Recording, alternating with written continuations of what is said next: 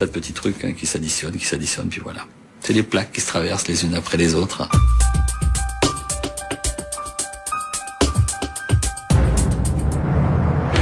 La première cause n'avait rien à voir avec l'aéronautique. C'était un attentat à la bombe, perpétré par un groupuscule indépendantiste. Il voulait exercer une pression politique, semer le désordre, en obtenant la fermeture durant quelques heures de l'aéroport international. À aucun moment, ils n'ont imaginé les conséquences de leur action.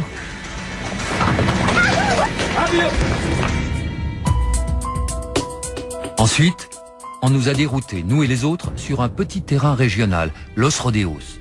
Un aéroport à piste unique et pas équipé pour recevoir un trafic important. Et encore moins des Boeing 747. Et puis c'était un dimanche. Et il n'y avait que 2 contrôleurs à la tour. Ils étaient compétents, mais pas vraiment habitués à gérer autant d'avions.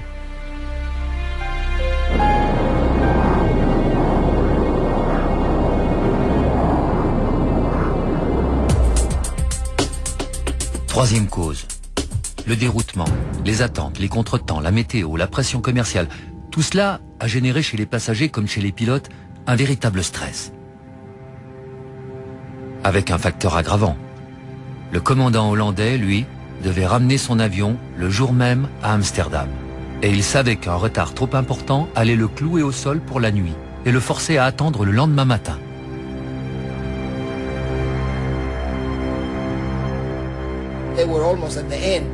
L'équipage du KLM était à la limite de son quota d'heures de travail.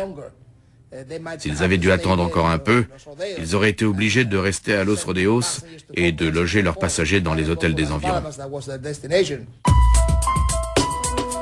Quatrième cause. Le Hollandais était vraiment pressé. Et pour gagner quelques précieuses minutes à l'escale suivante, il a demandé à refaire le plein à Los Rodeos. Il a demandé 55 000 litres de kérosène, ce qui a alourdi l'appareil.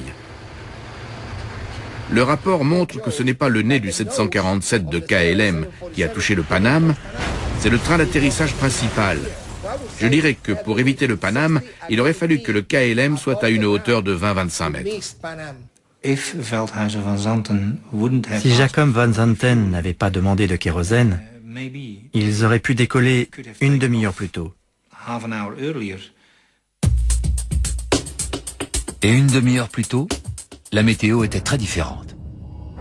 Ça, c'est la 5e cause. La piste de Los Rodeos est à 600 mètres d'altitude. Elle est encadrée par 2 massifs montagneux. La vallée où elle se situe est un canal naturel pour les vents et les nuages venant de la mer. Ici, la visibilité peut se réduire dramatiquement en l'espace de quelques minutes. Les nuages restent à un niveau très bas et le brouillard se maintient au sol. Vers 5-6 heures de l'après-midi, la température commence à baisser. Alors la rosée et le brouillard se forment. Le brouillard recouvrait tout. Aucun des 2 avions n'avait un contact visuel avec l'autre. 6e cause, le terrain n'était pas équipé d'un radar sol. Et les contrôleurs n'avaient aucun moyen de vérifier la position des avions. Ils devaient se contenter des informations fournies par les pilotes. Il nous faudrait un radar au sol.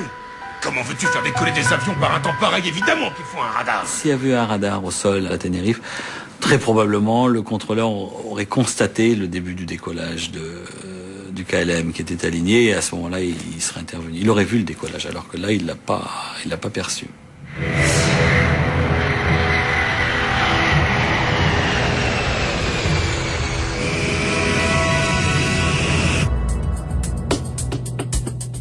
La 7e cause de la catastrophe, ce fut un problème de langage. En aéronautique, la langue internationale est l'anglais, mais les Espagnols parlaient avec un fort accent. Et nos pilotes ont eu quelques difficultés à les comprendre. Pouvez-vous confirmer, s'il vous plaît? Vous voulez que le Paname 1736 tourne à gauche à la 3e bretelle? 1, 2, 3, 3e bretelle.